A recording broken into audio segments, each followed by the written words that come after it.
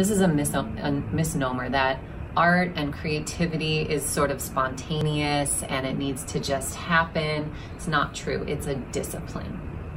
I remember being a kid and it would be time to go to dance class and I would be like, I don't want to go, and my mom would make me go, and then I'd love it and then I wouldn't want to leave, right? It's the same thing with art.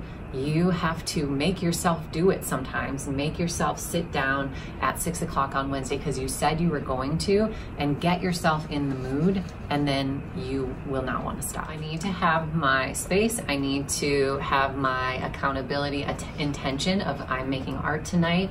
Maybe you have to turn off your phone. Then you need to transition. So this is gonna come where the scribbling comes in. If you've just come home from work and it's your art night and you know it's your art night and you already told your husband it's your art night, so he better not fucking be there or whatever, right? You're gonna wanna transition yourself. That means changing your clothes.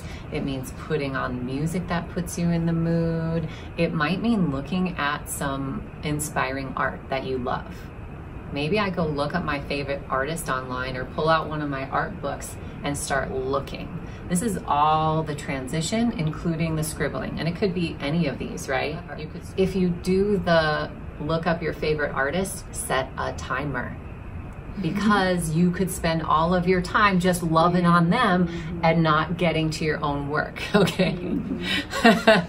Because all we're really looking for here is something that ignites us, something that inspires us, right? Because that's the other thing, is if I come home from work and I've said that I'm gonna make art for 2 hours and I've actually, you know, carved that time out for myself, but I don't feel inspired, that might be the reason that I still turn away, even though I did all of those steps leading up to that point.